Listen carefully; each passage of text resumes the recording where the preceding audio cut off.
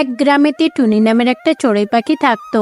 সে তার স্বামী রাজু চড়ুইয়ের চিকিৎসার জন্য ওই গ্রামে থাকা জমিদার মাহিচিলের কাছ থেকে কিছু টাকা ঋণ নেয়।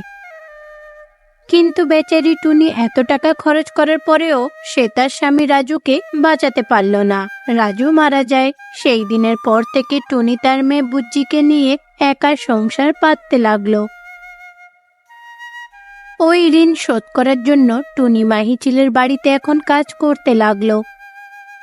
মা, তুমি প্রত্যেকদিন বাইরে কোথায় যাও? আরে বুজ্জি মা, তুমি তো জানো আমি প্রত্যেকদিন বাইরে যাই কাজ করতে। কাজ ছাড়া আমার জীবনে কি আর আছে? মা, বাইরে কি যাওয়া মানে শুধু কাজের জন্যই যেতে হয়? কেন ঘোরাফেরা করা যায় না? একটু তো আনন্দ ফুর্তিও করা যায়, তাই না মা? পার্টিও করা যায়। বুঝছি মা, আমাদের কাছে তো অত টাকা নেই যে আমরা বাইরে গিয়ে আনন্দ ফুর্তি করে কাটাবো। আসলে যদি একদিন কাজে না যাই না, তাহলে ওই জমিদার মাহিচিল আমাকে বকা দেবে, মারবেও।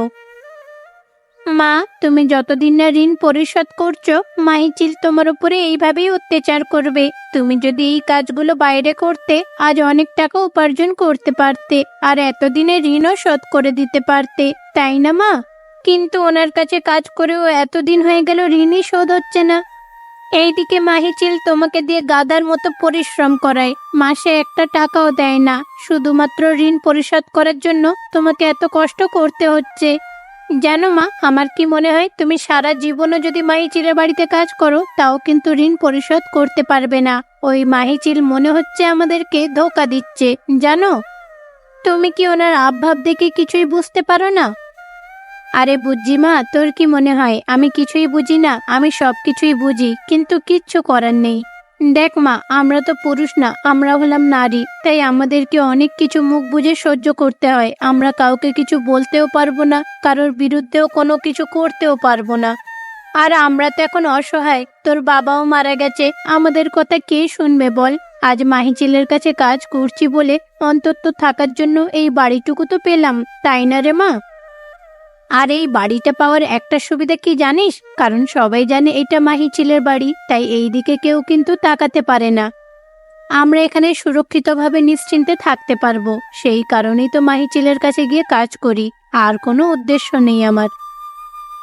ঠিক আছে মা, তুমি যা খুশি করো, কিন্তু আমি লেখাপড়া করব। তুমি আমাকে স্কুলে পাঠাও, আমার আর কিচ্ছু লাগবে না। হ্যাঁ রে মা, তুই চিন্তা করিস না, আমি তোকে লেখাপড়া অবশ্যই শেখাবো। এই রকম বলে টুনি তখন বুজ্জিকে স্কুলে পাঠালো, আর অন্যদিকে কাজ করতে সে মাহিচিলের বাড়িতে গেল। আরে টুনি, কি ব্যাপার? তুমি এত দেরি করে এলে? তুমি না কাজের লোক, না নিজেকে মহারানী মনে করছো? এত দেরি করে এলে কেন? আমার ভুল হয়ে গেছে মাহিচিল, আমায় ক্ষমা করে দিন। আচ্ছা, আপনি এখন বলুন আমাকে কি কাজ দেবেন, আমি সেইগুলো করব, আর কোনোদিন দেরি করে আসবো না।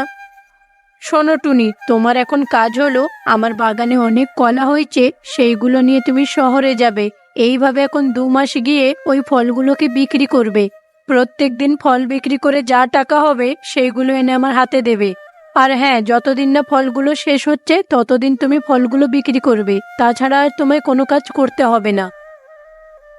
এইভাবে মাহিচিল টুনি চড়ুইকে আদেশ করে। সেই দিনের পর থেকে টুনি চড়ুইও প্রত্যেক দিন ফলের ঝুড়ি নিয়ে শহরে গিয়ে সেইগুলো বিক্রি করতে লাগলো।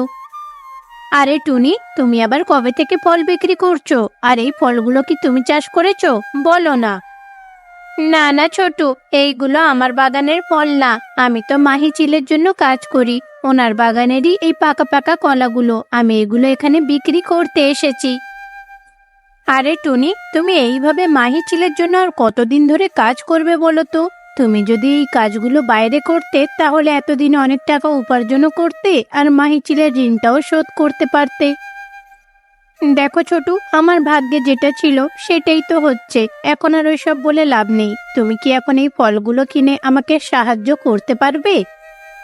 এইভাবে টুনি ছোটুকে বলে। তারপরে ওই ফলগুলো সে ঘুরে ঘুরে বিক্রি করে যা টাকা উপার্জন করে, সেইগুলো এনে মাহিচিলের হাতে দেয়।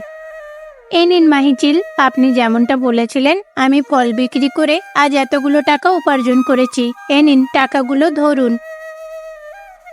আরে, এ কি? এত কম টাকা? আমার বাগানের অত সুন্দর সুন্দর পাকা পাকা কলাগুলো কি কম দামে বিক্রি করে এলে? দেখো টুনি, তোমাকে আজকে ভালো করে বুঝিয়ে দিচ্ছি, আমার বাগানের এই ফলগুলো কিন্তু খুব ভালো। তুমি যেমন হোক করে দ্বিগুণ লাভ করে বাড়ি ফিরবে, বুঝেছো? এইভাবে মাহিচিল টুনিকে বলল। টুনিও পরের দিন থেকে সেই কাজগুলোই করতে লাগলো। যেহেতু দাম অনেক বেশি, তাই কেউ কলা কিনছিল না। দেখো টুনি, এত দামি কলা আমরা কিনতে পারবো না। দেখুন না মাহিচিল, কলার দাম বাড়ানোর কারণে কেউ আর আমাদের কাছ থেকে কলা নিচ্ছে না। সবাই বলছে বাজারে সবাই কত কম দামে বিক্রি করে, আর তুমি এত দামে বিক্রি করো কেন মাহিচিল? আমরা এত দামে বিক্রি করছিটা কেন? দেখো টুনি, আমি ওইসব বুঝি না, কিন্তু আমার বাগানের কলাগুলো খুবই মিষ্টি, সেই কারণে ওর দাম তো একটু বেশি হতেই হবে। আর হ্যাঁ, তোমাকে এই ডায়েরিটা দিলাম, ধরো। প্রত্যেকদিন কতটা কলা নিয়ে যাচ্ছ সেইগুলো এখানে লিখে রাখবে, আমি তবেই তো হিসাবটা বুঝতে পারবো। ঠিক আছে মাহিচিল, আমি যতটা কলা নিয়ে যাব সেইগুলো ডায়েরিতে লিখে রাখবো। এইভাবে মাহি আর টুনি দুজনে কথাবার্তা বলল। তারপরে টুনি খানিকটা কলা নিয়ে সেখান থেকে চলে গেল। এইদিকে টুনি খুব কষ্ট করে কলাগুলো বিক্রি করতে লাগলো। গ্রামে থাকা অন্যান্য পাখিরাও তার কষ্ট দেখে তাকে সাহায্য করার কথা ভেবে তার কাছ থেকে কলা কিনতে লাগলো। মাহিচিল, দেখুন না, আজ কিন্তু কলাগুলো বিক্রি করে ভালো টাকায় লাভ হয়েছে। এ নিন, টাকাগুলো ধরুন। আচ্ছা টুনি, কিন্তু ডায়েরিতে কলার হিসাব অনুযায়ী এখানে তো দুটো কলার দাম দেখতে পাচ্ছি না, কোথায় গেল? ওই দুটো কলার তুমি কি করেছো আমাকে বলো তো। আসলে মাহিচিল, যে কলাগুলো বিক্রি করতে দিয়েছিলেন, আমি বেরাচ্ছিলামই বাজারে, তখনই দেখলাম বুজ্জে স্কুলে যাচ্ছে আর মেয়েটা না খেয়ে যাচ্ছিল। তার খুব খিদে পেয়েছিল বলে সেইখান থেকে দুটো কলা ওকে দিয়েছিলাম। কি, তোমার এত বড় সাহস! আমি তোমাকে কলাগুলো খেতে দিয়েছি না বিক্রি করতে দিয়েছিলাম? তুমি তোমার মেয়েকে কেন দিয়েছো? তোমাকে আজ আমি ছাড়বো না। এই রকম বলে মাহিচিল তখন টুনিকে খুব বেধড়ক মারতে লাগলো। এইটা দেখে টুনি তখন প্রচন্ড রেগে যায়। বেশ মাহিচিল, অনেক হয়েছে। আমি আর আপনার এই অত্যাচার সহ্য করব না। এতদিন গ্রামের সবাই আমাকে বারণ করেছে যে ওই মাহিচিলের জন্য কাজ করো না, কিন্তু আমি কোনো দিন কারোর কথা না শুনে আপনার কাছে কাজ করে গেছি, শুধুমাত্র আপনার ঋণ শোধ করার জন্য। কোনোদিন টাকা পয়সাও চাইনি। দুটো কলা কি খেয়েছি যার জন্য আপনি এতটা মারধর করবেন আমাকে? আমি আর আজকের পর থেকে আপনার কাছে কাজ করব না। শুনুন, আমাকে এখন 6 মাস সময় দিন, আমি আপনার সমস্ত ঋণ শোধ করে দেব, কিন্তু আপনার কাছে আর কাজ করব না। ঠিক আছে, তাহলে তোমাকে থাকার জন্য যে বাড়িটা দিয়েছি সেটা এবারে খালি করে দাও। হ্যাঁ হ্যাঁ, আপনি চিন্তা করবেন না, আমি ওই বাড়িটা খালি করে দেব, আর 6 মাসের মধ্যে আপনার ঋণটাও শোধ করে দেব। এইভাবে টুনি মাহিচিলকে কথাগুলো বলে সেখান থেকে চলে গেল। তারপরে বুজ্জিকে নিয়ে মাহিচিলের দেওয়া ওই বাড়িটাও ছেড়ে সেখান থেকে চলে যায়। মা, তুমি এতদিন পরে ওই মাহিচিলের বাড়িতে কাজ ছেড়ে দিয়ে খুব ভালো কাজ করেছো। কিন্তু মারে, এখন আমরা কোথায় যাব? তোকে এইভাবে পথে নিয়ে চলে এলাম। এই গ্রামে তো আমাদেরকে কেউ আশ্রয় দেবে না। এখন আমরা কোথায় থাকবো বলতো? আর আমার এখন প্রচন্ড খিদেও পেয়েছে রে মা। মা, তুমি এই কলাটা খাও। তোমার মনে আছে সকালে তুমি আমাকে দুটো কলা খেতে দিয়েছিলে? আমি একটা কলা খেয়েছিলাম আর একটা তোমার জন্য লুকিয়ে রেখেছিলাম। এ নাও, তুমি এটা খাও। এইভাবে ছোট্ট বুজ্জি তার মাকে কলাটা খেতে দিল। কিন্তু কলাটা টুনির হাত থেকে পিছলে গিয়ে নিচে পড়ে যায়। সঙ্গে সঙ্গে কলাটা থেকে একটা শব্দ শোনা গেল। হঠাৎ করে দেখা গেল কলাটা বিশাল আকারে বড় হয়ে গেছে, একটা বাড়ির মতো দেখতে মনে হচ্ছে। আরে বুজ্জি, এটা কি করে সম্ভব? আমার হাত থেকে কলাটা পড়ে গেল, তারপরে এত বড় হলো কি করে রে? আমি তো কিছুই বুঝতে পারছি না। দেখো টুনি, তুমি ভয় পেও না, আমি হলাম একটা জাদুই কলা। তোমার কষ্ট দেখে আমি আর সহ্য করতে পারলাম না, সেই কারণেই তো আমি কলার আকারে একটা বাড়ির রূপ ধারণ করলাম। তুমি আর এক ফোঁটা দেরি করো না, মনে হচ্ছে বাইরে বৃষ্টি হবে, তাড়াতাড়ি বুজ্জিকে নিয়ে কলার ভেতরে ঢুকে পড়ো। ওই জাদুই কলা বাড়ির কথা শুনে তখন টুনি তার মেয়ে বুজ্জিকে নিয়ে এক মুহূর্ত নষ্ট না করে ওই বাড়ির ভেতরে প্রবেশ করলো। ওই জাদুই কলার বাড়ির ভেতরে সব রকমেরই সুযোগ সুবিধা ছিল। জাদুই কলা, আমাদেরকে এইভাবে সাহায্য করার জন্য তোমাকে অসংখ্য ধন্যবাদ। ভগবানের কৃপাতে আমরা এত সুন্দর একটা বাড়ি পেলাম। অনেক টাকা খরচ করলেও এত সুন্দর বাড়ি কিন্তু তৈরি করা যেত না। দেখো টুনি, আমাকে ধন্যবাদ দিতে হবে না। তুমি এখন চিন্তা করো ওই জমিদার মাহিচিলের ঋণটা কিভাবে শোধ করবে। শোনো, আমি তোমায় একটা উপায় বলি। তোমায় আমি কিছু ফল দেব, সেইগুলো নিয়ে তুমি বাজারে বিক্রি করবে, আর সেই টাকাগুলো নিয়ে মাহিচিলের ঋণ পরিশোধ করবে। যতদিন না ঋণ পরিশোধ করবে মাহিচিল কিন্তু তোমায় ছাড়বে না।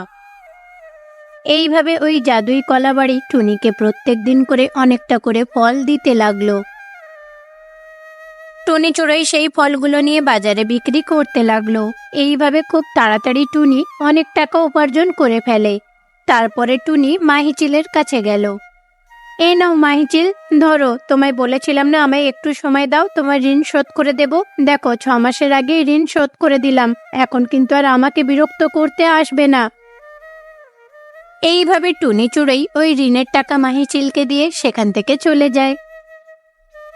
সেই দিনের পর থেকে টুনি চড়াই ওই জাদুই কলা বাড়ির দেওয়া ফলগুলো বিক্রি করে তার মেয়ে বুজ্জিকে নিয়ে ওই বাড়িতে সুখে শান্তিতে থাকতে লাগলো।